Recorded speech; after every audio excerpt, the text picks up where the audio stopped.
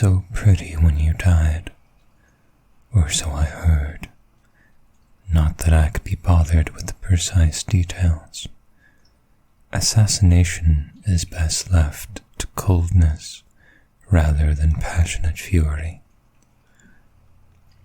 But the gap left in those precise details leave room for my imagination to go wild. I wonder what your last words were.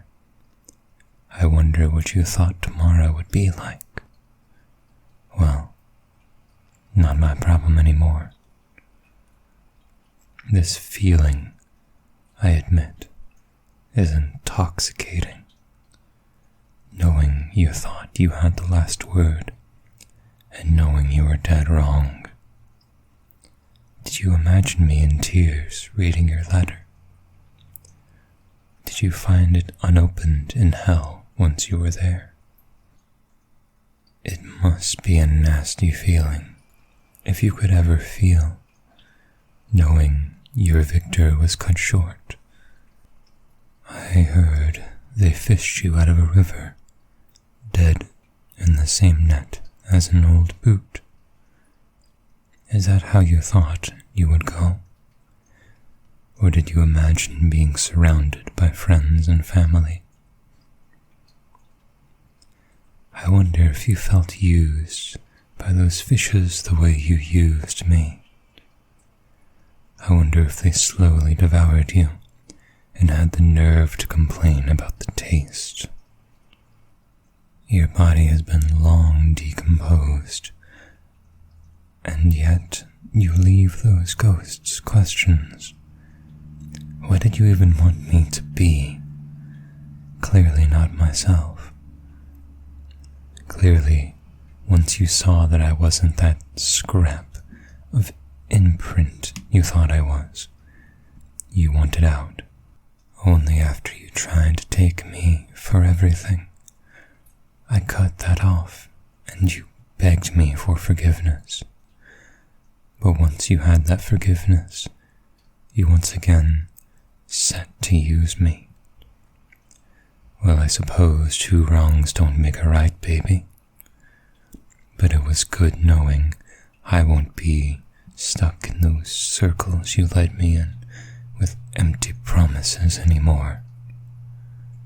If there was a tomorrow for you, I would recommend not calling people precious if you're going to throw them away. But there's no tomorrow for you. The dead and forgotten have no tomorrow. I suppose, in taking your life, it was my turn to use you. When I can't sleep, I think of the way your assassin described the life leaving your surprised eyes. Such an image is undistilled inspiration. One moment you're the victor, and the next you're a feast for worms. I do wish things could have been different. I wish your last letter wasn't immediately burned. I wish your lies were all true. But that's not reality. Reality is so much more wicked. I'm glad I never got what you wanted. That twisted version of me that you took for granted died with you. That twisted form you forced on me, well, that monster now dances on their creator's grave. But you deserve a death more final than the cold recollections of your killer. To be forgotten completely is the truest death, and I'll forget you. Your abuse birthed no doubt in my self-worth. I don't blame myself for anything you did to me. No, I don't blame myself.